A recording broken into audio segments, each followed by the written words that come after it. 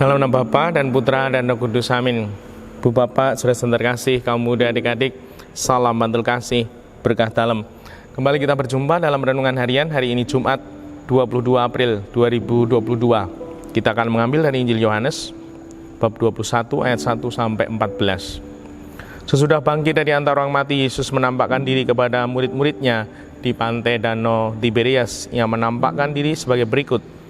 Di pantai itu berkumpul Simon, Petrus, Thomas yang disebut Didimus, Natanael dari Kana yang di Galilea, anak-anak Zebedeus, dan dua orang murid Yesus yang lain. Kata Simon Petrus kepada mereka, "Aku pergi menangkap ikan." Kata mereka kepadanya, "Kami pergi juga dengan engkau." Mereka berangkat lalu naik ke perahu, tetapi malam itu mereka tidak menangkap apa-apa.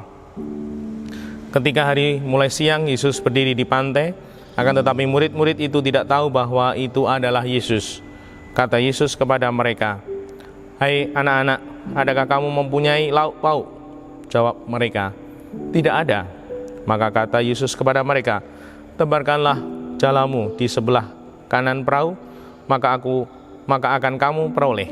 Lalu mereka menebarkannya, dan mereka tidak dapat menariknya lagi karena banyaknya ikan. Maka murid yang dikasihi Yesus berkata kepada Petrus, "Itu Tuhan." Ketika Petrus mendengar bahwa itu adalah Tuhan, ia mengenakan pakaiannya, sebab ia tidak berpakaian, lalu terjun ke dalam danau. Murid-murid yang lain datang ke perahu karena mereka tidak jauh dari darat, hanya kira-kira 200 hasta saja. Dan mereka menghela jala yang penuh ikan itu. Ketika tiba di darat, mereka melihat ada api arang dan di atasnya ada ikan serta roti. Kata Yesus kepada mereka, "Bawalah beberapa ikan yang baru kamu tangkap itu." Simon Petrus naik ke perahu lalu menghela jala itu ke darat penuh ikan-ikan besar, 153 ekor banyaknya. Dan sungguh pun sebanyak itu ikannya, jala tidak koyak. Kata Yesus kepada mereka, "Marilah dan sarapanlah." Tidak ada di antara murid-murid itu yang berani bertanya kepadanya, "Siapakah engkau?" Sebab mereka tahu bahwa ia adalah Tuhan. Yesus maju ke depan, mengambil roti dan memberikannya kepadanya mereka. Demikian juga ikan itu. Itulah ketiga kalinya Yesus menampakkan diri kepada murid-muridnya sesudah ia bangkit dari antara orang mati. Demikianlah Injil Tuhan. Terpujilah Kristus. Bu Bapak, saudara terkasih, kembali Tuhan Yesus menampakkan diri kepada para rasul. Yesus yang sudah bangkit ternyata tidak meninggalkan para rasul. Dan ini sungguh menjadi keyakinan, Tuhan tidak pernah meninggalkan kita. Yang terjadi adalah seringkali kita meninggalkan Tuhan. Maka dari itu, melalui bacaan ini, ketika para rasul mengerjakan pekerjaan mereka, menangkap ikan, dan mereka tidak mendapatkan, lalu Tuhan hadir dan memberkati, mereka mendapatkan kelimpahan.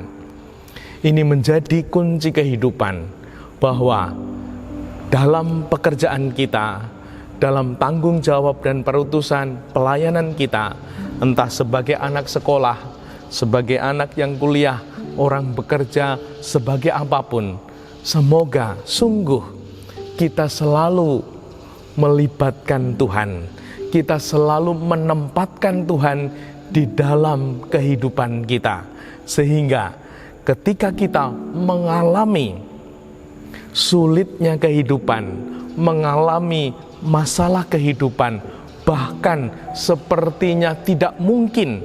Karena apa? Karena mereka sudah mencari ikan, sudah mengupayakan, sudah berjuang, namun tidak mendapat ikan. Lalu ketika Yesus hadir, lalu menyuruh para murid menebarkan jala di sebelah kanan perahu, mereka mendapatkan kelimpahan. Nah, semoga kita sungguh-sungguh dalam iman kita melibatkan Tuhan, mendengarkan Tuhan, apa yang Tuhan perintahkan untuk kita, sehingga kita akan mendapat kelimpahan.